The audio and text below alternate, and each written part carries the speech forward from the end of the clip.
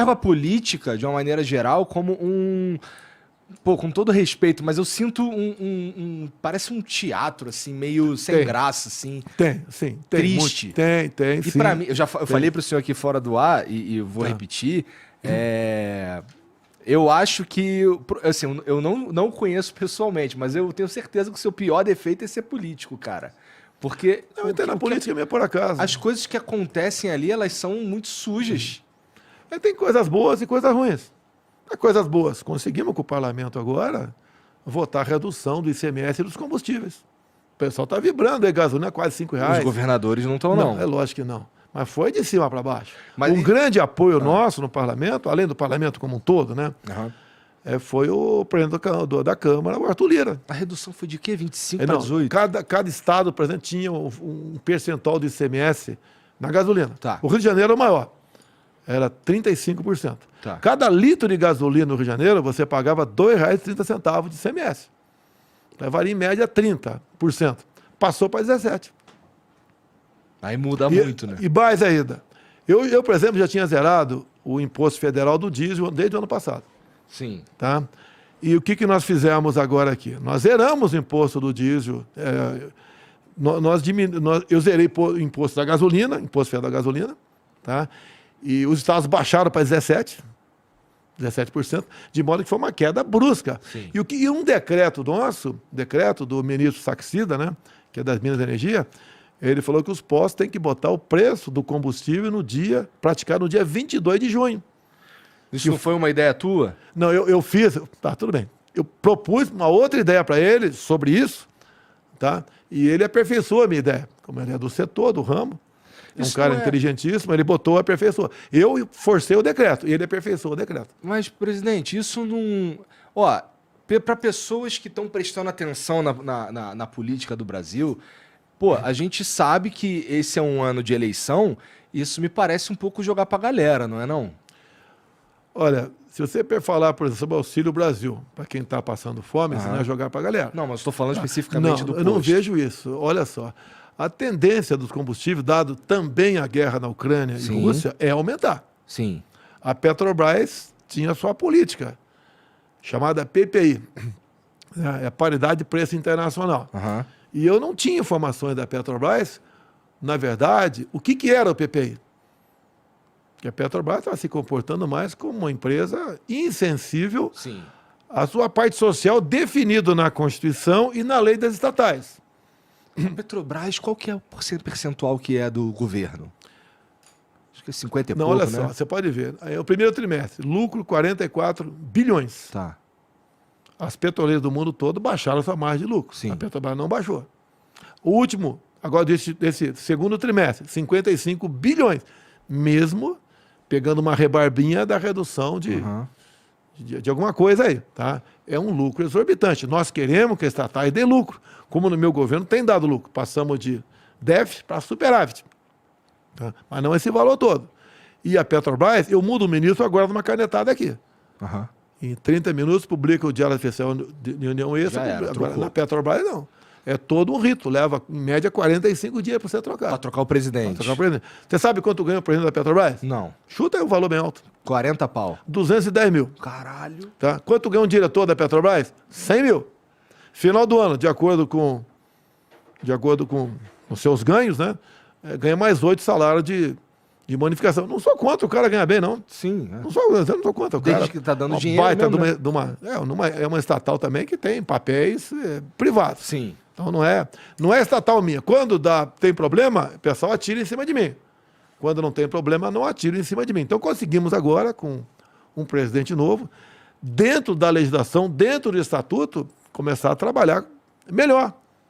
Você pode ver, anunciamos 2 vezes a redução da gasolina, uma vez no diesel. 35 centavos na gasolina, 20 centavos no diesel. Começa a dar um refresco. Mas essa redução tem a ver com a redução do ICMS, não é? Não. A nossa redução é no preço, é na refinaria. Tá. O ICMS é outra história. Passou-se para o teto 17%. Não apenas para combustíveis. Também para... Não, o gás eu já tinha zerado lá atrás, mas vale para o gás também. Então, mas o ICMS dos estados, eu acho que não tem estado que estava cobrando acima de 17%. Eu zerei no início do ano passado. Essa é a lei de 194/22, provavelmente. Deve ser. É. Então, Que passa a considerar outra- bens e serviços relacionados a combustíveis, dentre outros essenciais, que na prática baixa. Você pode ver, a turma aí que joga aí, os gamers aí, que tem telefone celular. Aham. Também, a média do ICMS era um pouco acima de 25%, passou para 17%. Então, o telefone celular já chegaram às contas. Uma outra redução bacana foi no preço, o ICMS da energia elétrica. Se você tem uma padaria, um salão de beleza, até Eu acho aqui. que entra nessa mesma Se você coisa mandar aqui, pegar não a conta, você pegar a 94/22. tua conta aqui agora, teve alguma coisa. Agora, eleitoral não é, o parlamento aprovou. E Não, no fim das contas é bom. gente A não tava- pergunta é por que não veio Agora, você antes. pode ver, já está acertado já com a equipe econômica. Nós vamos manter o desconto ano que vem. Tá. O nós zerado aqui. O que acontece? Olha só. Você até perguntou antes aqui, como é que está reduzindo impostos, arrecadando mais? Sim. Tem uma tal da curva de Laffer. Eu não manjo muito de economia, não. Mas eu sei do que se trata. Eu fui procurar, eu fui cheirar. Então, você vai aumentando imposto, você vai arrecadando. Chega um dado ponto, não aumenta, você aumenta imposto, não aumenta a arrecadação. O pessoal vai para quê? Sonegação. Sonegar. Vai para sonegação. Quando nós diminuímos muitos impostos do Brasil, foram milhares de itens, posso falar alguns para você, entre eles os gamers, tá? Começou a vender mais. Nós tivemos Faz um sentido. excesso de arrecadação enorme o ano passado. Agora, detalhe, uma coisa importante aqui. Esse excesso... 67 bilhões aí no... Agora, olha só, presta atenção. Esse excesso de arrecadação, eu não posso usar para ajudar o Tarcísio a fazer estradas, o Marcos Pontes a investir mais em grafeno e nióbio, eu não posso ajudar o Rogério Marinho a fazer mais obras pelo Brasil. Não posso fazer nada. É mesmo que você está ganhando, supor, está trabalhando aqui ganhando 5 mil por mês. De repente você faz um bico por fora, passa a ganhar 10. Esses 5 você não pode usar. Dado a lei de teto. Eu fui o primeiro presidente a pegar a lei de teto. E mesmo com tudo isso, desculpa aqui, né? Fizemos muita coisa. O Tarcísio tem um orçamento de aproximadamente 7 bilhões por ano. Não é nada pelo tamanho do Brasil. Você aplica em portos, aeroportos, ferrovias, hidrovia, aplica nisso. Transporte rodoviário. Agora, qual foi a inteligência do Tarcísio? Olha, vamos, onde tem uma balsa, vamos atacar o balseiro.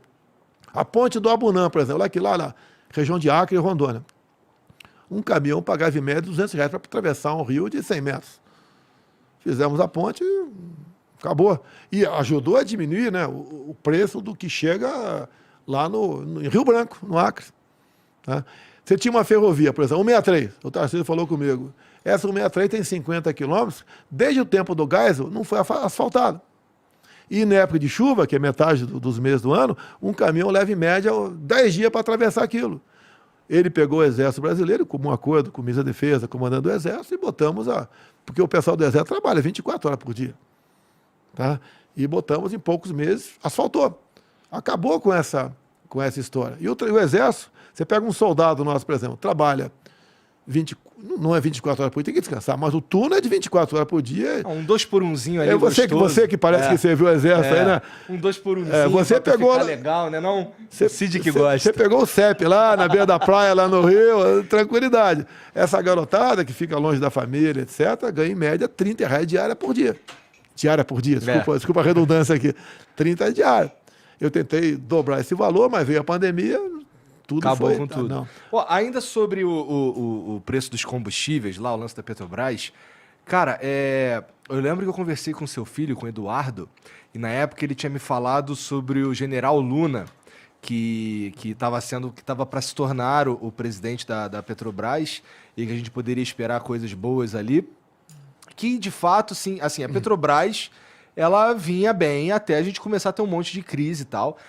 A minha pergunta, na verdade, é o que dava para fazer para reduzir o preço da gasolina era mexer no ICMS, não tinha mais nada que o presidente poderia fazer? Olha só, o Silvio Luna, o general, foi 10 Itaipu Binacional.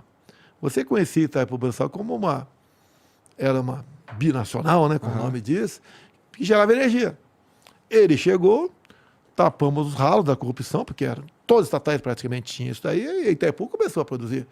Nós aqui, no máximo em 2 meses, vai ser inaugurada, não vou estar presente, porque é época de eleição, a segunda ponte com o Paraguai.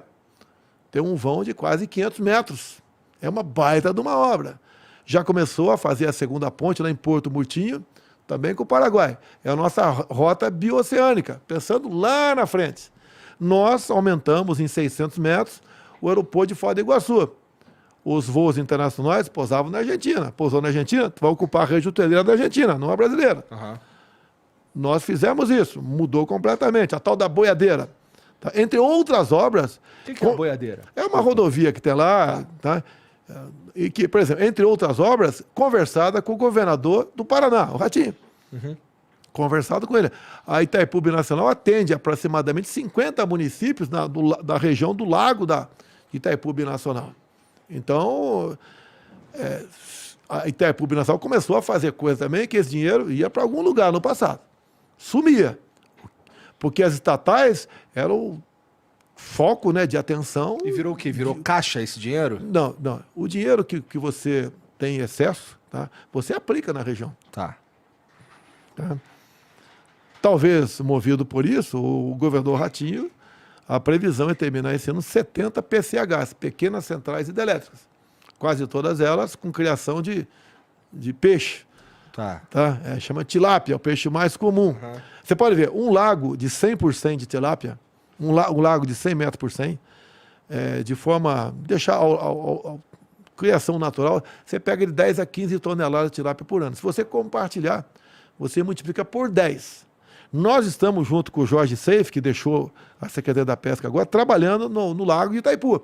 E precisamos do apoio do Paraguai, que o lago também é binacional. O Paraguai deve dar essa concessão, vamos assim dizer. Nós pretendemos multiplicar em 40% o volume de pescado no Brasil com o Lago de Itaipu Binacional compartilhando. Com visão de futuro, que eu fui na Receita e conversamos. Vamos zerar o imposto federal da ração de peixe. Então está bastante avançado esse estudo. Por quê? Não adianta você começar a criar peixe com um imposto caro da ração de peixe. Vamos zerar isso aí. Porque você ganha, a curva de Laffer, né? Você ganha com isso aí.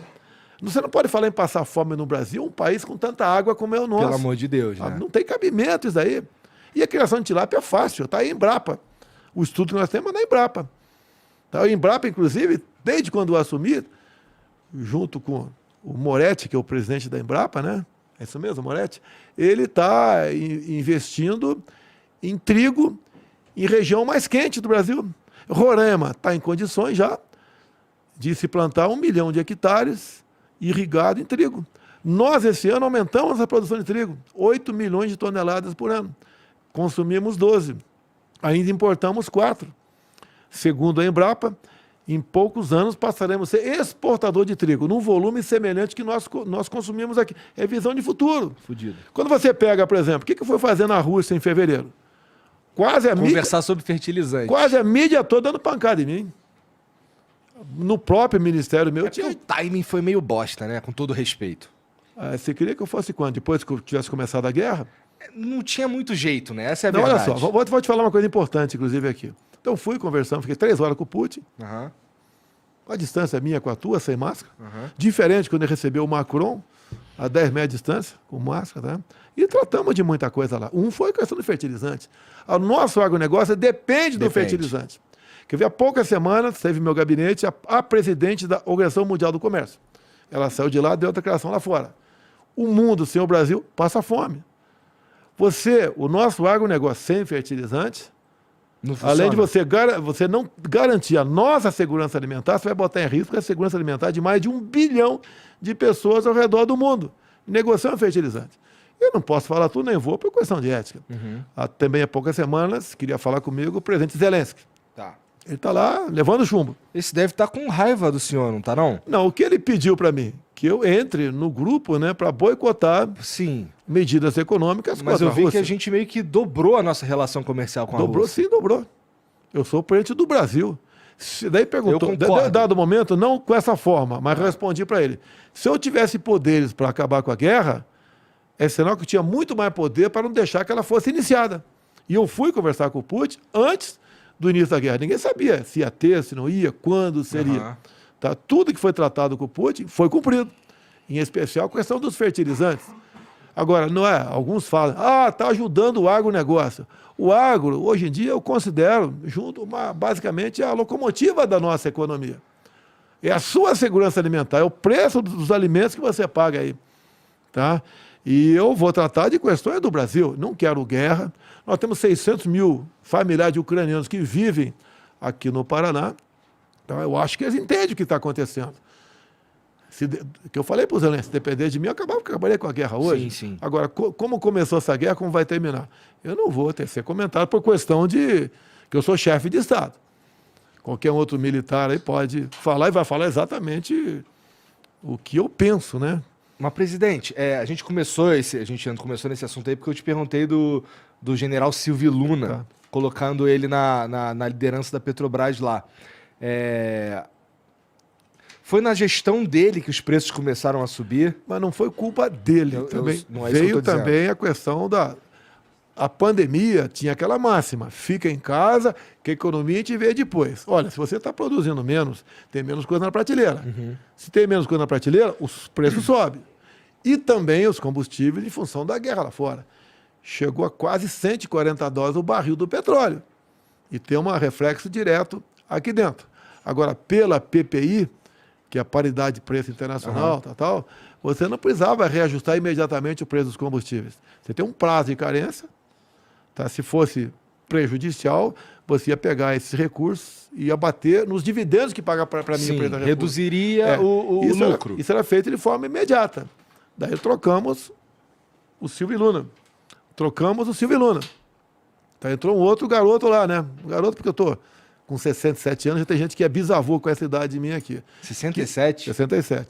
Que não deu certo também. Daí trocamos, botamos o Caio, que era da equipe econômica do Paulo Guedes. Conversamos com ele. Caio, estuda o PPI.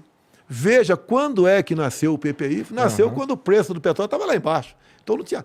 A PPI foi necessária, no meu entender, para estancar a hemorragia da Petrobras.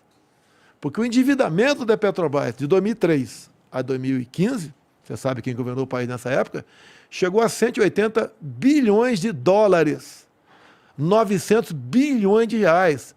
Passamos a ser a empresa mais endividada do mundo. Por quê? Refinarias começaram a ser feitas, 3 não concluídas. Compra-se Passadina, que era um ferro velho. Compra-se plataformas e não chegam. Preços superfaturados. Loteamento político da diretoria da Petrobras. Então tinha que estancar a hemorragia. Estancou. Daqui para frente, se tiver que mudar, vai mudar, mas com responsabilidade. Agora, não precisa mudar o PPI. Como eu disse para você, o PPI não é o reajuste imediato. Então, você pode ver, trabalho do Caio, tá? Ele buscou maneira legal, que baixou na refinaria já 35 centavos o litro da gasolina na refinaria e já baixou 20 centavos o diesel. É pouco? Sei que é pouco. Mas a tendência era uma curva ascendente. Então, o trabalho do Caio, com responsabilidade, chegou nisso. E por que a gente não... Tem uma galera, eu estava conversando com... não vou lembrar quem. Mas a gente tem um problema que a gente produz, a gente extrai bastante petróleo, mas a gente não consegue refiná-lo aqui. As nossas refinarias, né, não têm a capacidade de refinar o volume que nós consumimos. Não era para a gente já ter resolvido isso? Sim. Em 2004, 2005, começaram a fazer 3 refinarias no Brasil, 2 no Nordeste e 1 no Sudeste. Nenhuma foi concluída, se torrou em torno de 100 bilhões de reais e virou um terreno abandonado, 3 terrenos abandonados. O que o governo do PT também permitiu? Que o governo da Bolívia, Evo Morales, nacionalizasse 2 refinarias nossas lá. E, inclusive, o ministro das Relações Exteriores da época foi favorável, falou que o Brasil estava tendo um comportamento... Não era solidário, um comportamento imperial, vamos assim dizer. Tá. O tema era outro. Está usando o território da Bolívia. Que a Bolívia era dona daquele pedaço. Um comportamento imperialista. Só para eu entender, presidente, desculpa, é que assim, desse assunto eu tô meio por fora. Você está dizendo que o Brasil tinha 2 refinarias na Bolívia, sim. Que eram nossas, a gente pagou para fazer e os caras só tomaram, foi isso? E o próprio, agora não quero falar o nome, né? O presidente da época, ele gravou, depois, tem um vídeo depois dele dizendo que o Evo Morales o procurou e falou sobre a nacionalização. E ele falou, petróleo não é de vocês? Então não se discute, é de vocês. E daí tomou numa boa. Pagou uma merreca, um pagamento simbólico, e nós perdemos 2 refinarias lá. Então, se nós tivéssemos feito pelo menos 2 refinarias, nós teríamos autossuficiente e refino. E não somos. Ou seja... E a gente fica refém do PPI. Sim, o cara bota o preço que está lá fora. Você pode ver, quando você vê agora esse conflito, né? Ucrânia-Rússia, alguns países da Europa tiveram a sua cota de gás diminuída. Os caras precisam de energia. Vão buscar o quê? Diesel. E se tem mais gente buscando diesel, o preço vai lá para cima. Sim. Então, esses fatores todos, preço, o valor do dólar, preço do valor do petróleo lá fora, procura de diesel, faz com que o preço seja estável. Agora, uma refinaria você não faz em 2, 3 anos. É de 4 para cima.